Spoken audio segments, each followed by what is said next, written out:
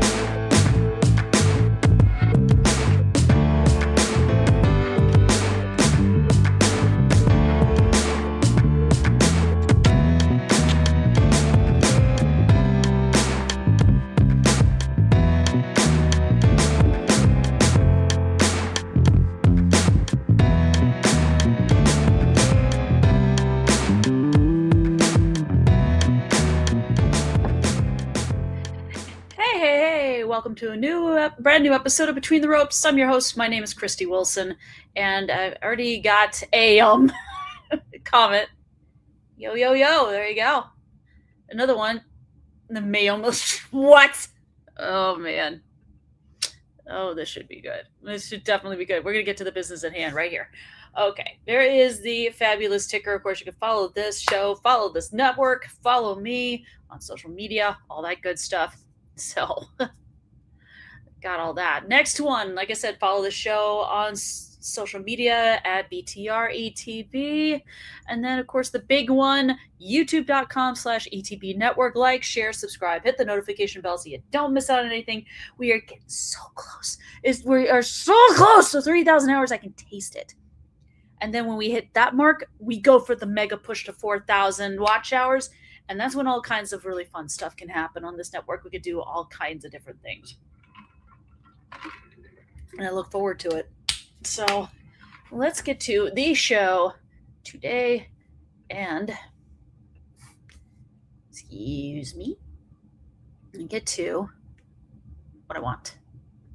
So here we go.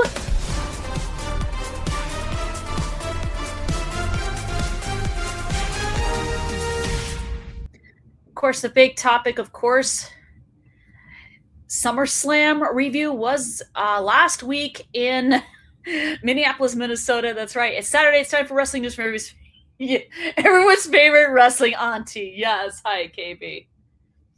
There you go. We got SummerSlam. A lot of things happened as a result of SummerSlam. Just lots and lots of things. So one of the big matches that resulted in something majorly big happening is, of course, what was supposed to be Sami Zayn versus Finn Balor for the number one to be the number one contender to CM Punk's championship. Ended up becoming a fatal four-way because Nick Aldis added Gunther. Now I'll get to his match against Gunther during this topic a little later on, but this I felt was important. Excuse me. Now Gunther, also a medically cleared Kevin Owens. This match was great, and here's the shocker.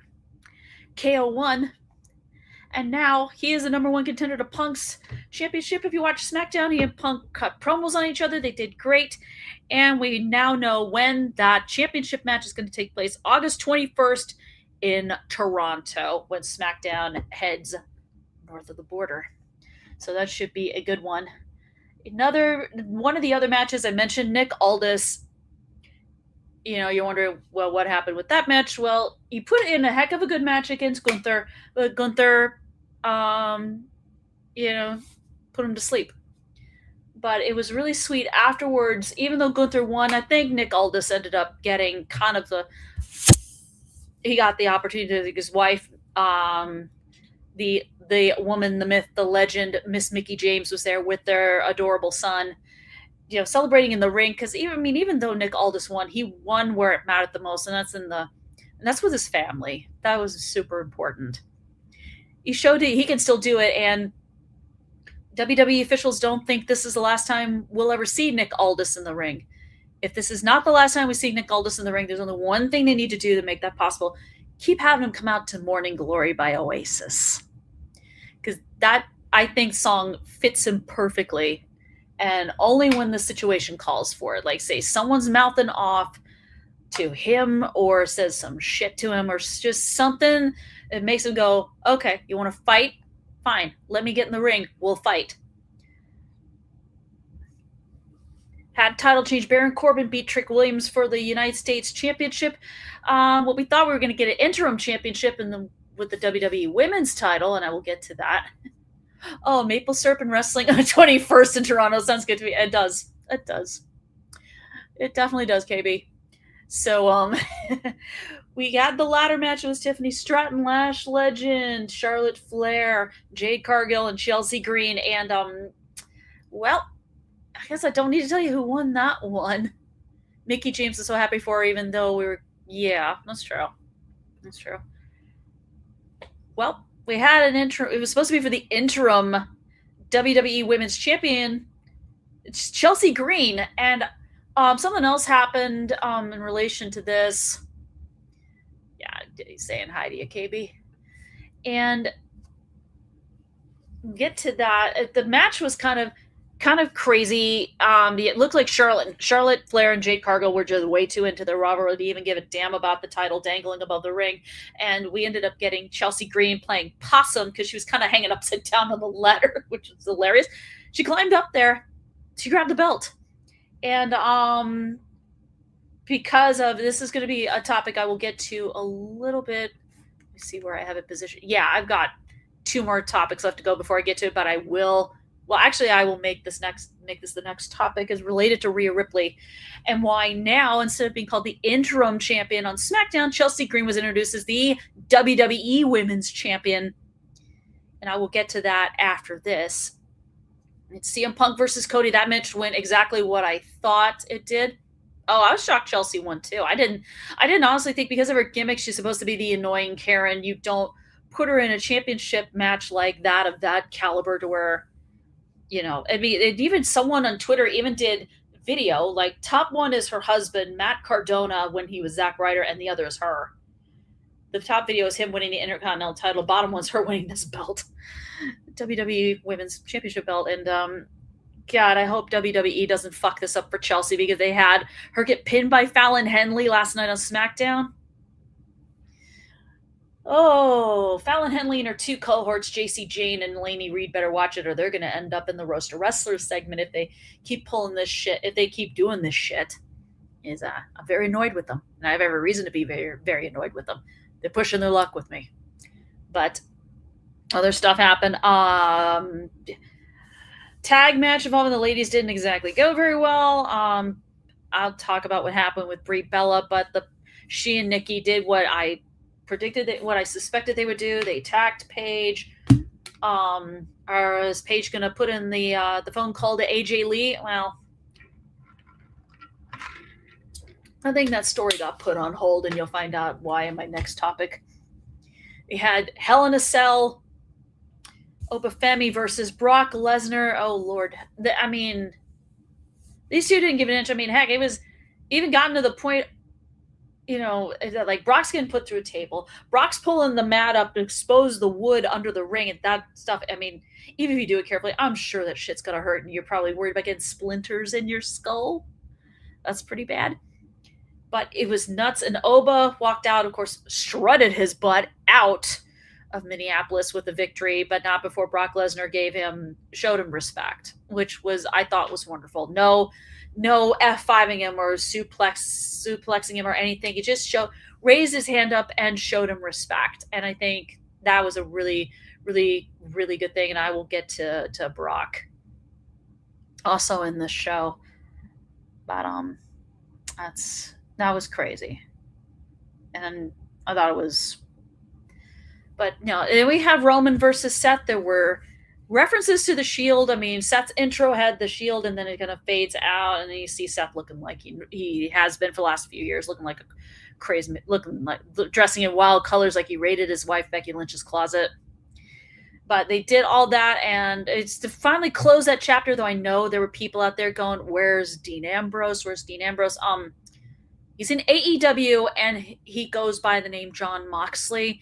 But I don't expect anyone to even buy into that, because I'm sure there are going to be those saying, "What's AEW? What is that? Who's Jon Moxley? I've never heard of him. I only know Dean Ambrose."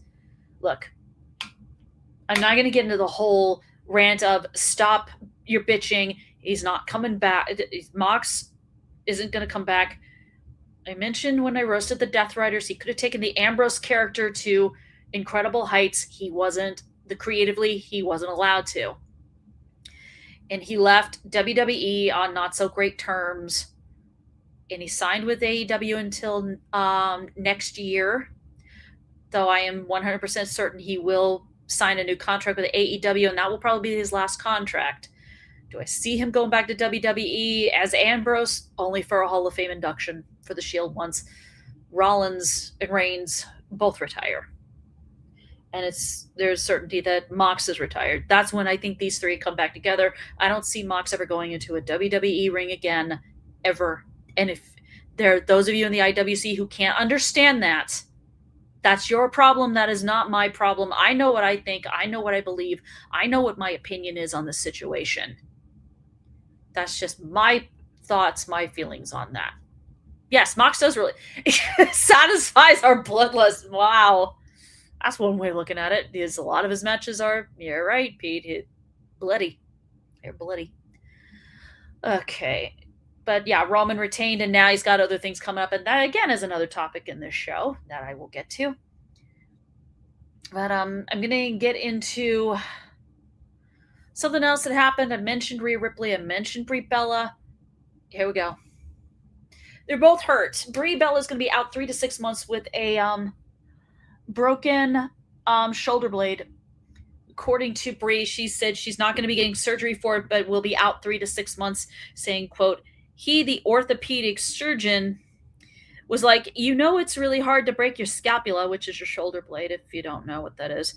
No one does surgery on scapulas. If you really want it, there is one doctor that can do it, but honestly, it's like breaking your ribs in a way. You just wait until they slowly heal. So that's what I have to do. I know I have to get x-rays every 2 weeks to make sure I'm healing. I don't start physical therapy for another 2 weeks, so they really want me to be bedridden from there. I'm out for 3 to 6 months, so it all depends on how my scapula heals, and that's what Brie said on her and her sister Nikki's podcast, the Nikki and Brie show. People need to ask one question: if Mox goes back to WWE, what is he really going to do? I don't think he's going to do anything, unless he has control of creative and can take his character to wherever he wants it to make it whatever he wants. But I'm not sure Triple H would be open to a lot of suggestions. Now, excuse me, please. By the way, hi to 140 people watching me live right now. So I'm going to get to Miss Ripley, Miss Brutality. You know about the scapula next to Carl Weiser? Oh my god. Dude. All right. I'm going to get to Rhea Ripley. We know, but she had a slight tear in her meniscus in her knee. Well, I guess she was hoping to avoid the inevitable, but I guess she can't avoid it. She had surgery. And she posted this tweet 2 days ago, life update. After just 14 years in wrestling and doing sports my entire life, it's caught up to me. Surgery was never a first option for me, but it got to the point that it was needed. First one down, hopefully no more. I've survived. Now it's time to start thriving again so I can get back to what I love to do. See you all down the road. And yeah, this was unavoidable because, look, a meniscus, depending on how well it heals, I mean, it's one of those situations I just feel that it couldn't heal on its own. It really could not heal on its own. And so that's why, if you were watching SmackDown last night, why Mark Nash, the ring announcer, introduced Chelsea Green as the WWE Women's Champion, not the interim, because it sounds like to me the decision was made by WWE executives and maybe TKO. By the way, fuck you, TKO. You ain't shit. You can kiss my ass. But it was probably decided that Rhea would vacate the championship, and Chelsea Green's the word interim would be taken off of Chelsea Green's reign. Like I said, it doesn't look like Chelsea's reign as a women's champion is off to a good start because, like I said, she got pinned by Fallon Henley, and now could possibly face JC Jane in a title match. When, I couldn't tell you, but I don't like it. I really don't like it because I would have preferred Chelsea's reign be with the victory to give her a boost of confidence now that she is the WWE Women's Champion. So there's that. I mean, I'm glad for her, but I feel like we'll see what happens down the road when and if Rhea returns. Does she go to SmackDown to face Chelsea, or does she go back to Raw? And I say, if she chases, that depends if Chelsea's got the belt or not. We don't know what's going to honestly happen. TKO sucks Viagra on a pole. Oh my god. Ugh. God damn. That's crazy. That is just crazy. Okay, I'm going to get to the other thing that I wanted to review directly after SummerSlam, but I figured to tie the injury update in here. AEW Grand Slam Mexico happened this past Wednesday at Arena Mexico in Mexico City. Oh my god, that was... I'm going to tell you this right now. That was absolutely one of the most fun and exciting episodes of Dynamite I've honestly ever watched. I watched it on HBO Max. It was amazing. I loved it. The crowd in Mexico, oh, they were lit. Fire. This is the same thing they did to Jordan Devlin, aka JD McFlurry, when he was the cruiserweight champion. JT McFlurry. I can't. I'm sorry, KB. That's too funny. Here, I'm sorry. This requires more than just me laughing my ass off. Here we go.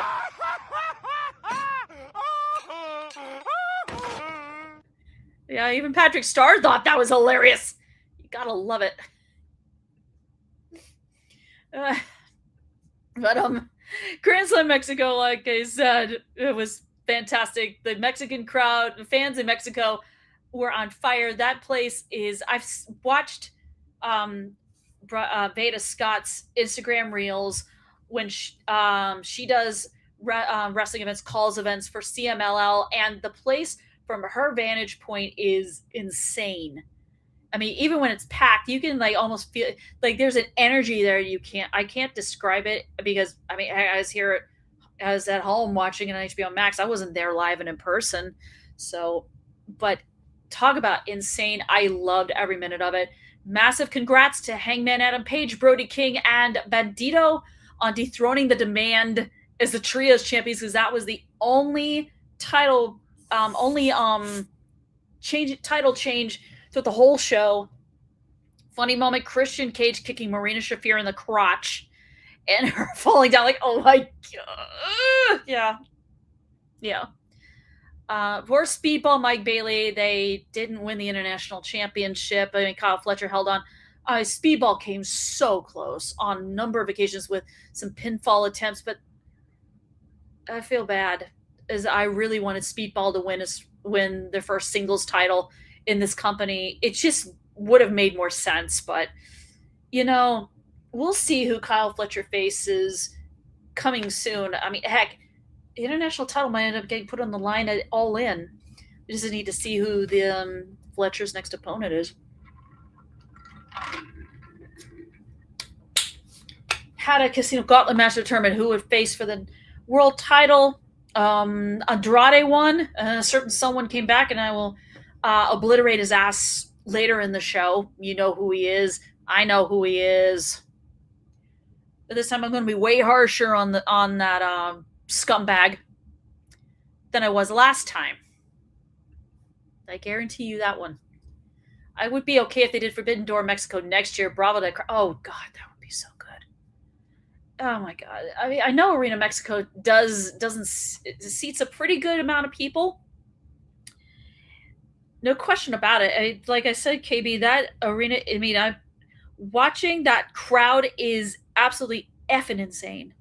And I'm looking it up right now. Yeah, it holds 16,500 people for both boxing and pro wrestling. So if they were to do Forbidden Door, KB, let me put his comment back up. If they were to do Forbidden Door, they would. I think they probably want to go for a venue that's a little bit larger with more seating, but that's up to Tony Khan and everyone else involved in that if they want to go that way. How come it's only showing my comments a lot? I don't know. Couldn't tell you. You know who he is? How you know? You know who he is? How you know? I'm not talking about Andrade, KB. I'm not talking about him. I'm talking about a scumbag son of a bitch who decided to beat the shit out of him. Like I said, I will get to him later, and I ain't gonna be nice to him. Trust me, I ain't gonna be nice. Now, I'm gonna get to something that's even really cool. You heard about the Continental Cup? Well, the competitors were announced today, and I'm gonna show you something. There are your competitors. Of course, we've got Jon Moxley, Kyle O'Reilly, Roderick Strong, Orange Cassidy. Let me here.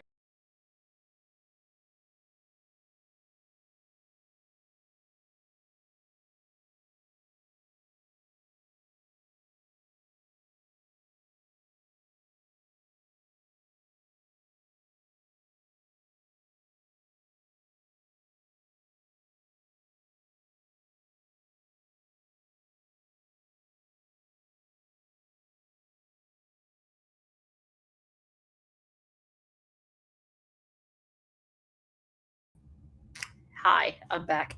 So yeah, those are your competitors. There are going to be, when I do my collision preview, there are going to be a couple of first round matches for this tournament, but I am going to look. I saved this shot of what the rules are, which I have on my phone. So here they are. How this Continental Cup is going to work. It's no outside interference and no time limits. 16 wrestlers compete in 8 blind draw matches. So these guys had no idea who the heck they are going to be facing to get to this final match at All In. The 8 winners then compete in 4 blind draw matches. So there you go. They don't know who they're facing. The 4 winners then move on to the semifinals in Glasgow, Scotland on August 26th. So that's about 4 days before All In. And then the cup final will take place at All In August 30th. So here it is. The winner of the final will receive the Continental Cup and will be the new AEW Continental Champion. It means the belt that Mox was carrying around and was having Marina Shafir look like a goddamn UFC ring girl holding that belt up. Is like, hey, he's a champion, everybody. You had that. So I'm going to get the banner back up here because I realized I didn't put it on there. Okay. But those are the rules. It's similar to the Continental Classic. So this is definitely going to be, I'm excited for this. I think it definitely jazzes things up. I know a lot of us love the Continental Classic tournament, the C2 as we call it. I don't know, but I'm excited for this. I think it kind of makes it, I don't know, fresh and more interesting, I guess. I mean, that's one way of looking at it. And the matches already have been announced. Since I'm going to do a collision preview, the collision matches that I have the matches on my phone, but the collision matches, I'm going to leave them out. There are 2 matches coming up for Dynamite on August 12th in Las Vegas. And it's Jack Perry's going to be facing Mox, while Switchblade Jay White's going to face up against David Finlay. Of course, I think that match is a continuation of the whole battle between the Dogs and the Bang Bang Gang. So that's definitely going to be something, but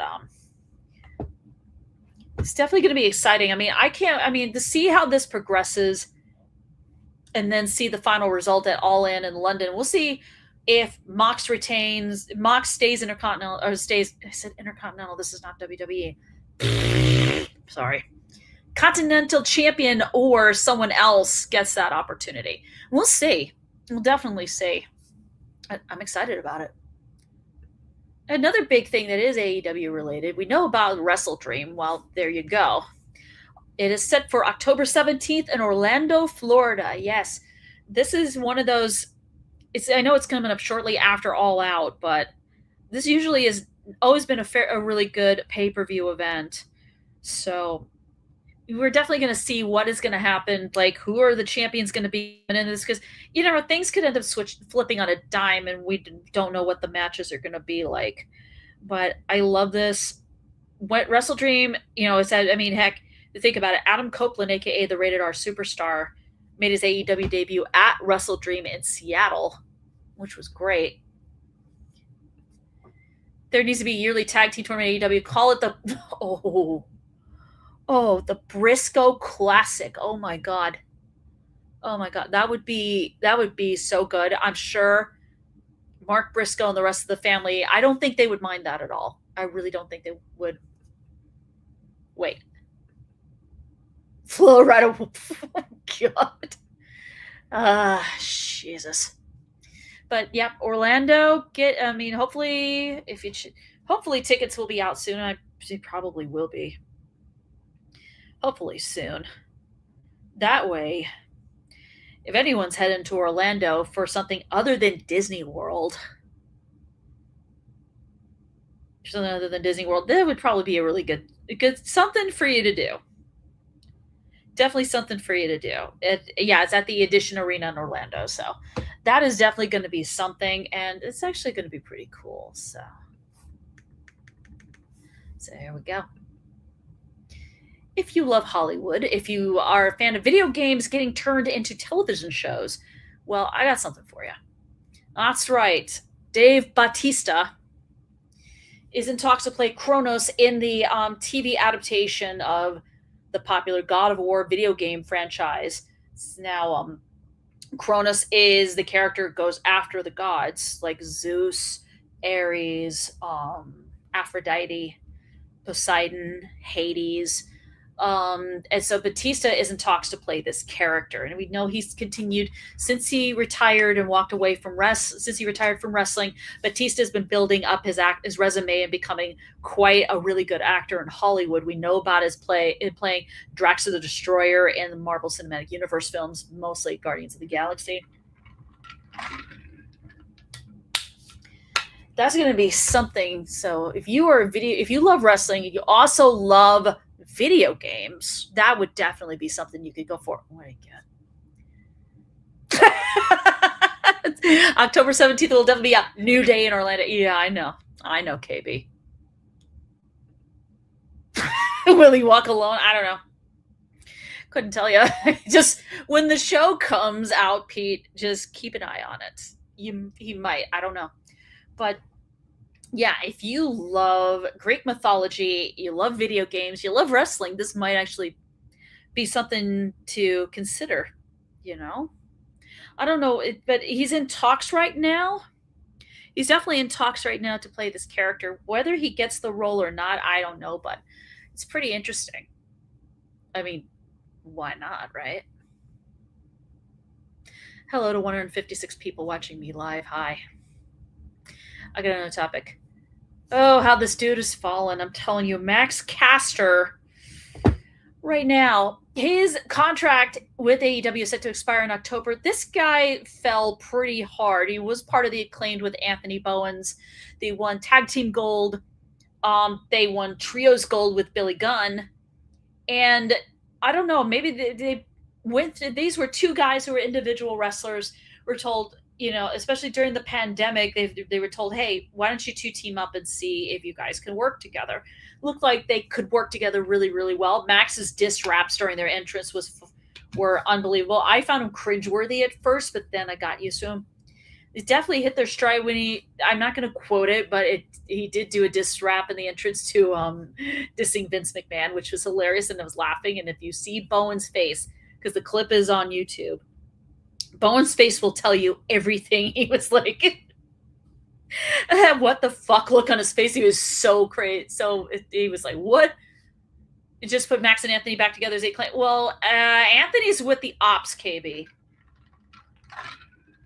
It's a part of Hook's faction after his attempt to try and be a singles competitor. The Pride of Pro Wrestling didn't exactly work out. They did try putting him and Max back together, but they said we're not the Acclaimed.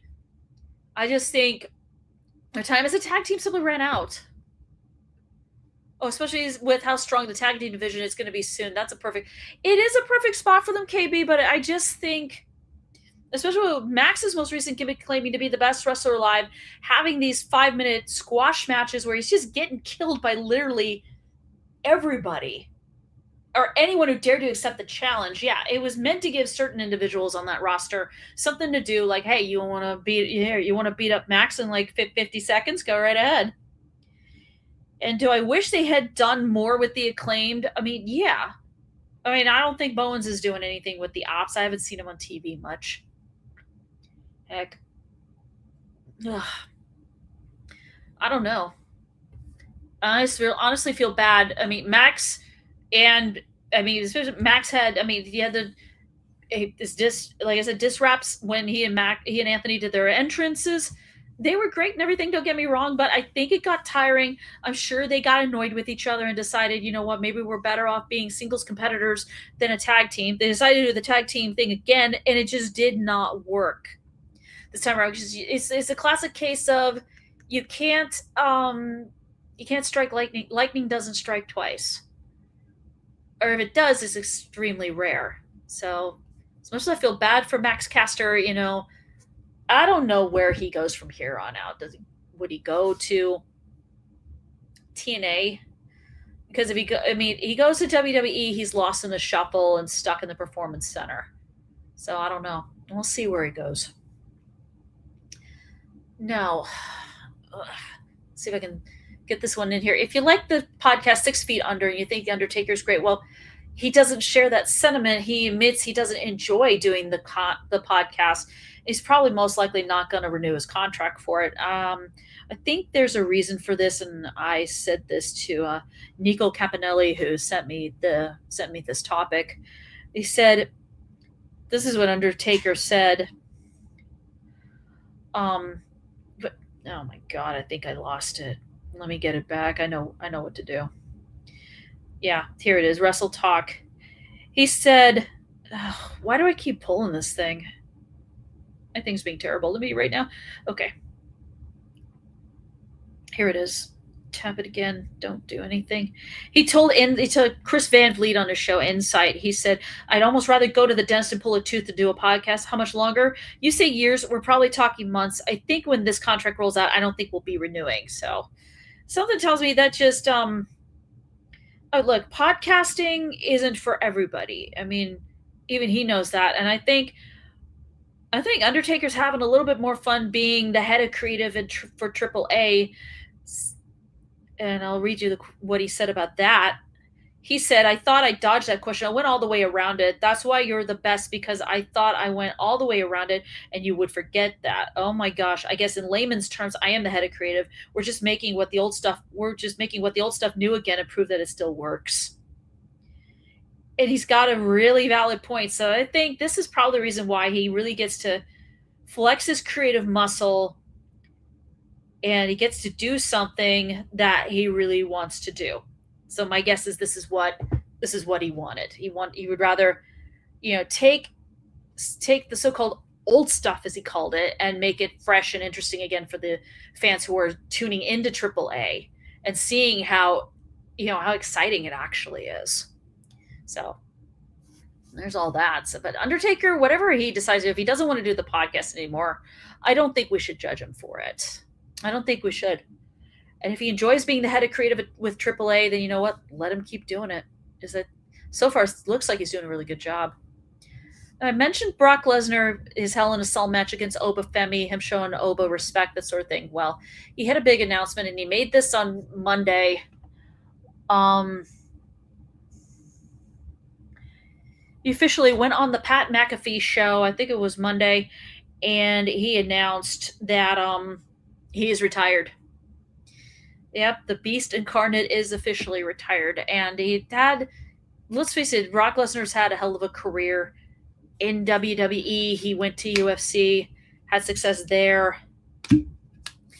And, of course, go ahead and check out Benchmarks.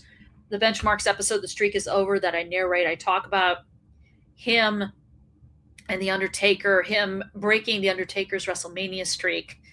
And I feel as though, I know Brock's getting up there. He's 49 years old, and he's got so many things that he wants to do with his life. He has a farm. He wants to focus on that. He's got children. His daughter, Maya, is working to hopefully make it onto the U.S. Olympic team for the 2028 Olympics in Los Angeles. Do you imagine Brock Lesnar in the stands watching his daughter in the shot put competition? Oh my God. I wonder if he'd lose it if she won gold or something, And WWE is planning his induction to the Hall of Fame. Of course, KB says the only man to induct Brock Lesnar is Paul Heyman, hands down. Absolutely. Absolutely. It just makes sense. Because without Paul Heyman, I mean, think about it. The only man who, first he was his mouthpiece and, he was his advocate and all that other stuff. Yeah, Maya Lesnar, certified smash, dude. Be nice. Pete, what if Brock Lesnar is watching the show and he just saw your comment? Don't worry about it. Damn, that's crazy. Oh, hold on. I don't think that went over very well. Dumbass. I'm a dumbass. Mm-hmm. Yeah, well, Charles Barkley said it, not me. So, but Brock Lesnar, sir. Thank you. Now, enjoy your life. Enjoy being with your wife. Enjoy running your farm. Enjoy supporting your children as they pursue their goals and dreams in life. Go live your best life, sir. That's all I gotta say. Now, I mentioned the Continental Cup tournament. Well, there's another tournament coming up. WWE Hall of Famer Rey Mysterio announcing a tournament that features some of the best luchadors from Raw, SmackDown, AAA, and the winner will face Roman Reigns on September 14th. Hold on a second. I'm going to go here. I'm going to put this up here. I'm going to take my picture off. So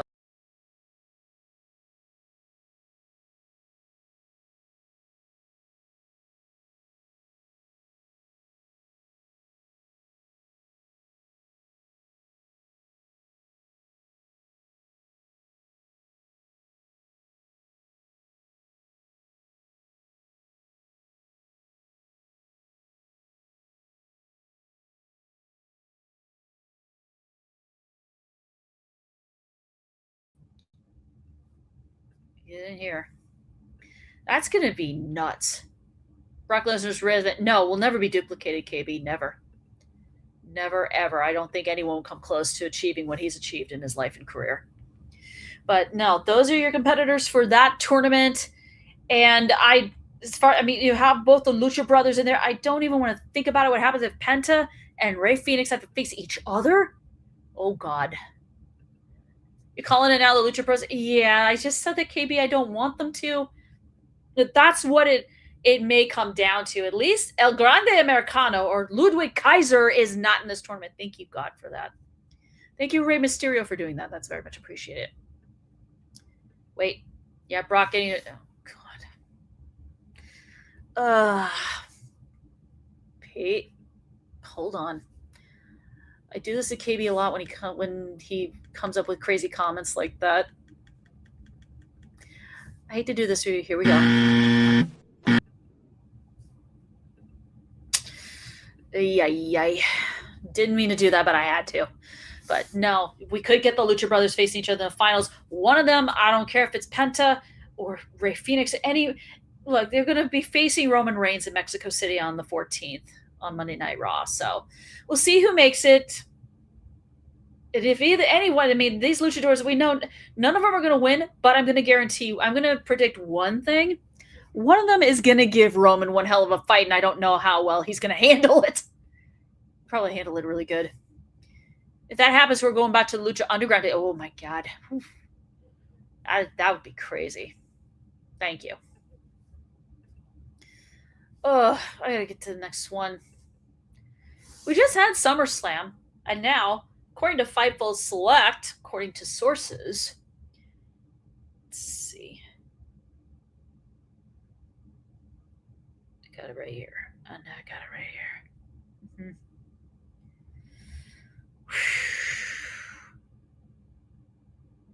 Oh, now I got it.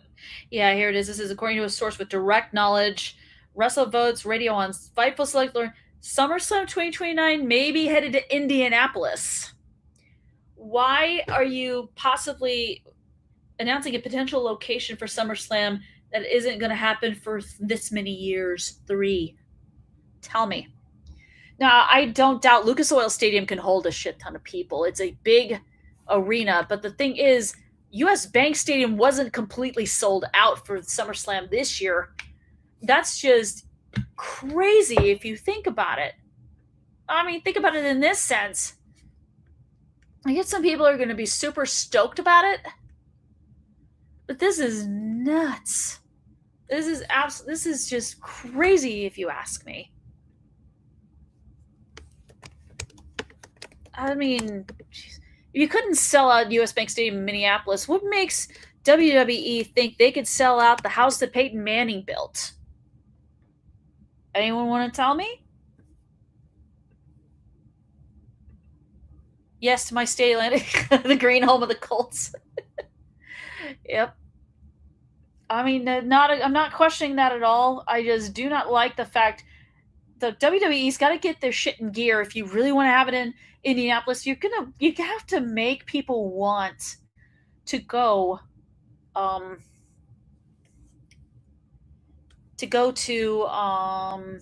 Indianapolis for that. That's all I'm saying. It just doesn't feel right that, to me it doesn't. You shouldn't announce it that soon. I almost think you're jinxing it pretty much. But that's neither here nor there. But, if it happens, it happens. So there you go. Now I got to get to something because I went way over on it. So hold on a second. I'm going to do this. Nope, that's the wrong one. Okay. Here we go. The weekend's almost over, but the conversation is just heating up. Kick back in the ETP Lounge with Callum McClurg and Nick DiMartino every Sunday night, actually, at 9 p.m. Eastern, 6 p.m. Pacific. Join us for our 3-hour live format where we unite the full panel of ETP hosts to break down a pivotal day in sports, from the prestige narratives of major championships and MLB afternoon slates to the chaos of the NBA playoff picture. We cover it all. Whether you're here for the happy hour prestige or the spillage, where we roast the day's biggest blunders and gambling bad beats, the Lounge, is your home for sports therapy. Only on the Empty the Bench Network. Make sure to subscribe to our YouTube channel at youtube.com/ETP Network. So there is that one. Unfortunately, it's about to get worse. The Royal Rumble is about to be 2 nights. Yeah, the 2027 KB, I think, is the last time we're going to get the Royal Rumble being a one-nighter. This 2-night thing is irritating. And, that should be something I should talk about next week. So I'm going to get to some sad news. That's right. Dory Funk Jr., a WWE Hall of Famer, passing away at the age of 85. If the last name sounds familiar, yes, his brother was Terry Funk. It was Terry Funk, and they actually came in with they came in together. They start off in he's had a pretty good career. Yeah, his brother Terry Funk is probably the more accomplished between the two of them. I mean, he held the NWA World Heavyweight title once. He was also the second longest reigning NWA World Heavyweight Champion of all time after Lou Thesis. He held the WWC Universal Heavyweight title once and the CWA World Heavyweight title once, and he was inducted into the Hall of Fame WWE Hall of Fame in 2009. He worked for All Japan Pro Wrestling as I think they call it the Pacific Wrestling Federation champion, and ran the Funking Conservatory, which is a pro wrestling school. He'd been in football. He had a background in amateur wrestling. And the funny thing, he started in 1963 after he finished his football career at West Texas State University, which is now West Texas A&M. So joining the National Wrestling Alliance, he started out with his father's company in Amarillo, Texas, called Western State Sports. He worked with he's got to work with a lot of different people, like Harley Race. Even when he went to Japan, he feuded with some. He got to work with Harley Race. He got to work with his brother, Terry Funk. He got to work with Giant Baba, the Destroyer, Abdullah the Butcher. It was a lot. He even won Match of the Year from Tokyo Sports. He and his brother won the Match of the Year award from Tokyo Sports for their match against Giant Baba and Jumbo Tsuruta, 1980. Even went to WWE when it was known as WWF, and he got named Haas. And he and his brother got to work together. They were in WrestleMania 2 in a match against the Junkyard Dog and Tito Santina. And while his brother left, he stayed. Dory stayed, and he got to. I mean, heck, and then later he and his brother, they did different promotions and stuff like that. He was even in ECW for a time, and he was even at WCW at the Slamboree 1993 Legends Reunion pay-per-view event. So he's gotten to do so many different things. He's gotten to work with all different types of people. Team with the Rick and Scott Steiner. He got to team up with so many. Like I said, he's gotten to work with so many different people. He's got to watch his brother's success and everything like that. And 85. That's pretty damn good as far as I'm concerned. I mean, he lived a really full life. It's amazing. It's absolutely amazing. Mr. Dory Funk Jr. Rest in peace, sir. Now, this next topic is very irritating, but I have to give credit where credit is due, because I would not be talking about this if Nick Morgeson had not told me about had not mentioned this. I'll get to it soon after I give out a couple of shout outs. I'm going to give, first of all, one shout out to Montez Ford of the Street Profits and his wife, Bianca Belair, on the birth of their baby boy, Romeo Leonardo Allen Crawford. They only showed pictures of his his little ears and his little footsies with 10 little toes and everything like that. Okay. Oh, wow. And then, of course, another big shout out, a big congratulations to Miles Bourne and Tavion Heights, your new NXT Tag Team Champions. We got Miles 2 belts, and this is Tavion's first time winning a championship. And he couldn't have. I don't think he could have asked for a better partner. They finally beat the douchebags that are known as the Vanity Project. So we'll see how long the reign lasts. I hope it lasts a good while before they decide to do something like maybe Miles turns heel or Tavion turns heel. Something. We'll figure it out. Definitely figure it out. But I wanted to get those shout outs in before I have to do this.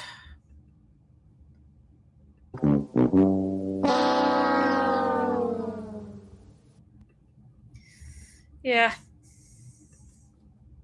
that's right. TNA partnering with Dude Wipes. Ugh. Of all the partnerships you could potentially have, TNA, Dude Wipes. So I have the tweet that Nick Morgeson sent me.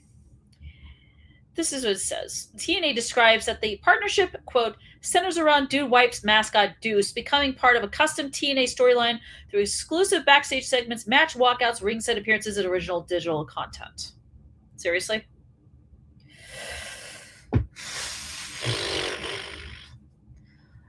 Oh, definitely. TNA? Oh, brother, this guy stinks! Oh, Michael K has a question for you, TNA. Make it make sense to me. It's not a question, but it was a comment. Stephen A. Smith has something to say to you, too. Because he's a raw pain in the ass. But they are a raw pain in the ass. I know why this is happening. It's because of this. Mm-hmm.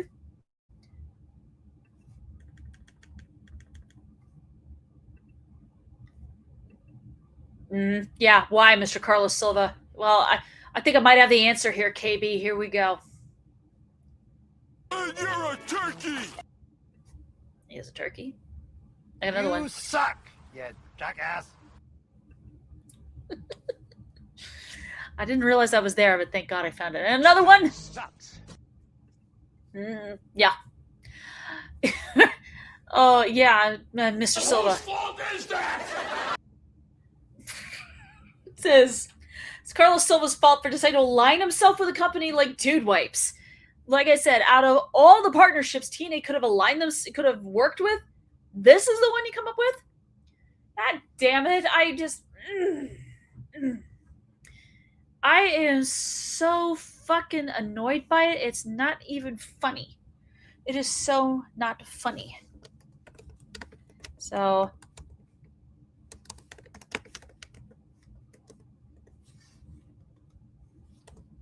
there's that. I just I don't know what to honestly say. I really don't.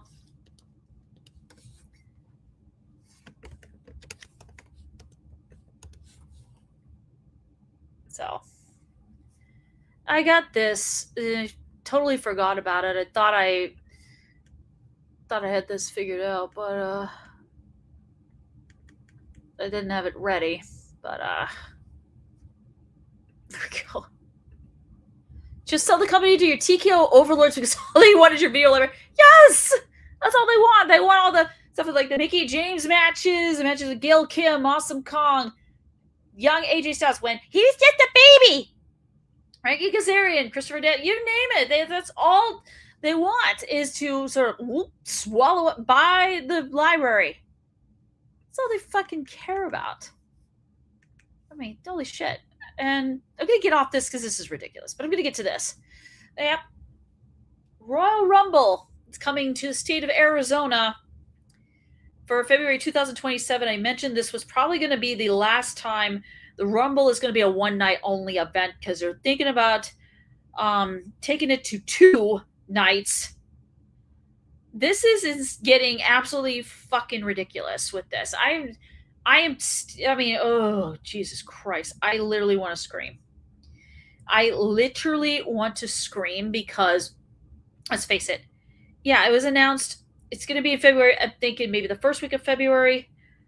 I'm going to go into the calendar here. Let me go back to this. Best date I could probably give everybody if they're going to do it the first week of February is possibly either February 6th or February 7th of 2027 is the best bet. And if I'm right, I'm right. If I'm wrong, I'm wrong. So what? But, you know, I'm sure anyone in Arizona, I think KB, you and I know someone who's definitely going to be is definitely going to be willing to spend the money just to see a certain lady. Yeah, we know all about that, don't we? Yes, we do. But this is probably going to be the last time this is going to be. Like I said, it's not. It's going to probably be the last time we get it as a one-night event, and then they're probably going to go to 2 nights starting 2028. I mean, look, another. This is all why TKO wants to do this. Is this? That's it. All about the money. I mean, KB would say it. Pete would say it. Anyone else out there, you all would be saying the same thing. All of you would be saying the same thing. So, Royal Rumble, February. Now, I got more coming here. Yeah, Gabby Forza is now officially a TNA knockout, meaning she's in the women's division, probably going to be competing for championships, that sort of thing. Do I think it's a good idea? Well, I don't know. I do not know. First of all, I'm going to offend complete ignorance on this. I don't know much about her. I know she's, wrestled in the indie scene. So, this is one of those I should have done my research sort of thing, but,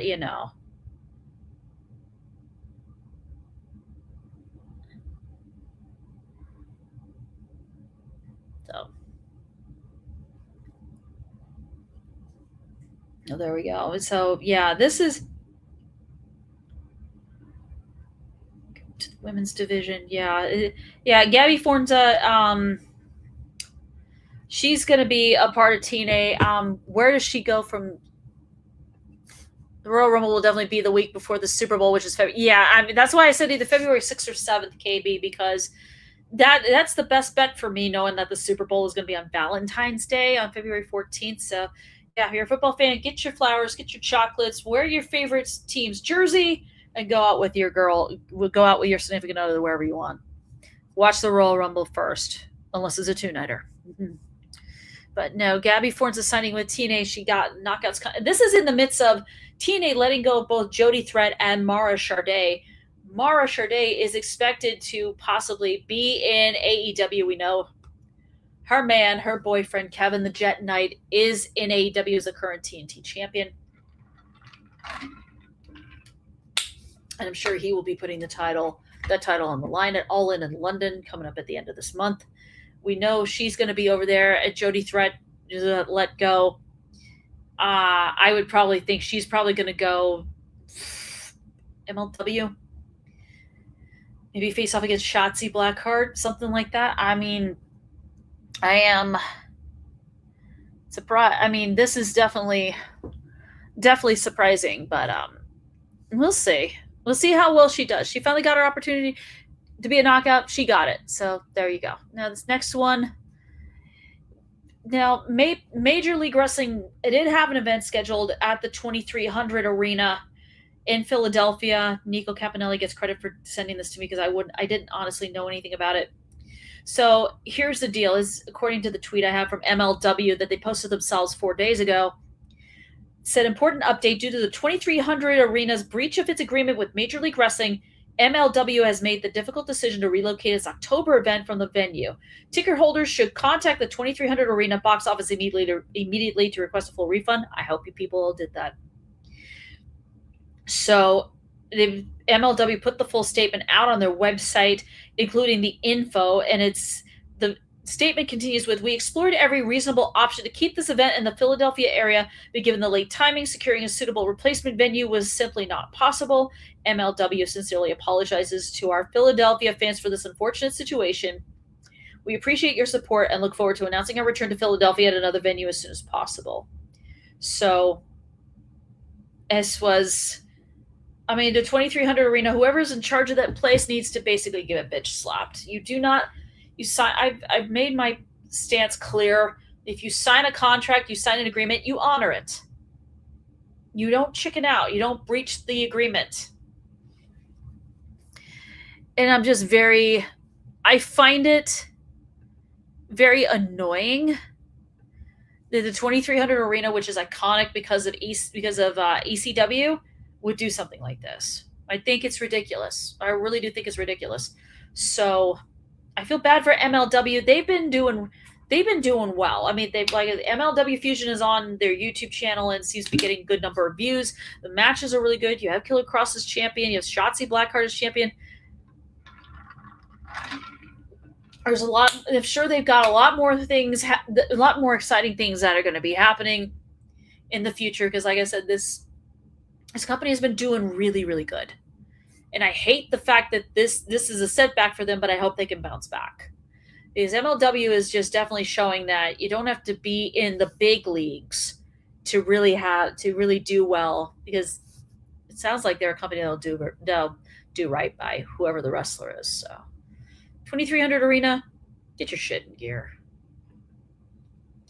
Now, I'm going to show you folks something. This has something to do with the next one. Do you need to know who she is? Yes, the woman I named Wrestler of the Year for 2025, and she had never achieved this honor of being Wrestler of the Week. La Primera, the Dark Angel, Stephanie Vaquer, is my Wrestler of the Week. She came back after being out since WrestleMania, night one of WrestleMania, where she lost the women's world title to Liv Morgan, whose first title defense was Saturday at SummerSlam against Io Sky. Should be the new slogan. We're not the big leagues, we are the major league. Yes, that's what you should suggest that to him, KB. But yeah. Stephanie Vaquer is back since April at night one of WrestleMania. Went up face-to-face with Liv. I mean, damn. Stephanie came back. She looked like a badass. She is a badass. She is a major, major badass. This woman has no fear of anything. And sure, she had to take a break after WrestleMania because of, she'd been dealing with some nagging injuries from before WWE. And she hadn't taken care of him properly. She looks great.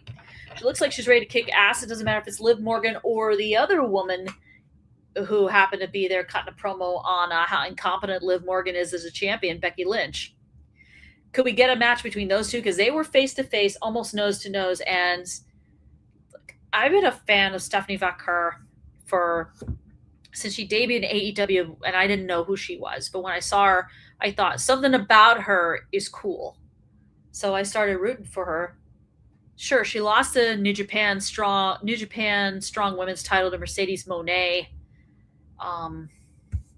But she definitely got enough attention. She was able to leave CMLL, go to WWE, and be the successful woman that she is. She definitely has achieved all of that. And, she's back. I'm glad she's back. I am sincerely hoping if it's her against Liv for that championship, I think Stephanie's going to get it back. Because I feel that she was a really great champion. And if given the opportunity, she could take that championship to incredible heights. She can definitely do that. I feel like she's more than capable of doing it. She has the star power. She has the aura. She has the moves in the ring. Yeah. She's got it all. She has it all. She has that it factor, that one thing you can't quite describe about somebody, and she has it. So, La Primera, Miss Vaquer, my wrestler of the week. Now, I said I would have no mercy on this individual. If you saw me use the word scumbag, here you go. All right, douchebag, what the fuck are you doing? You show up at Grand Slam Mexico, you beat the shit out of Andrade, you call yourself the one true champion. Motherfucker, Maxwell Jacob Friedman, no you're not. Kenny Omega is the champion, not you. So don't you even think for one fucking second that you're going to try and interfere in the Omega Ospreay match at All In, because if you do, you're going to end up in this segment again. I mean, shit, I might as well make the whole goddamn show about how much of an asshole you are. I could go on and on and on. Hey. Yeah, I am ready for tonight because Collision's coming on. It's coming up after I obliterate Max as I was rolling there for a moment. You brought back the disgusting Triple B belt, ugly as fuck, and I don't care if it has your blood on it. Are you trying to rehash what CM Punk did when he pulled out an AEW world title and spray painted an X on it in black spray paint? It sure looks like it, except you put your fucking bloody handprints over it. Yeah, thank you. Oh my god, hold on, Peter. Pete, hold on. I'm sorry. I'm gonna do this. That was good.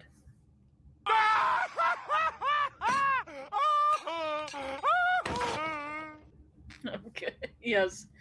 Let me get the comment out. I was rolling there. Sorry. Max, you are not the champion, dickhead. You're not. Get the fuck over it. You beat up Andrade after he won the Casino Gauntlet match to earn an opportunity to face either Kenny Omega or Will Ospreay in the future. Here's the thing. Yeah, you're going into a gauntlet match number 2, supposedly on Wednesday on Dynamite. I hope to God you lose, and I hope to God someone takes that disgusting old Triple B belt and beats the fucking shit out of you, because guess what? You need to stay the fuck away from the AEW World Championship. Stay away. You're generational talent. How about more like a generational asshole? Because that's what you are. You are a generational asshole. Push the limit, you turn into a crying 5-year-old. And that's ironically what happened when you were at Arena Mexico this past Wednesday on Dynamite. You started crying like a little bitch. Whining, crying, saying you're the one true champion. You know what? Fuck you. You're not the one true champion. You're a fake ass bitch. Okay? And I don't care what you think of me.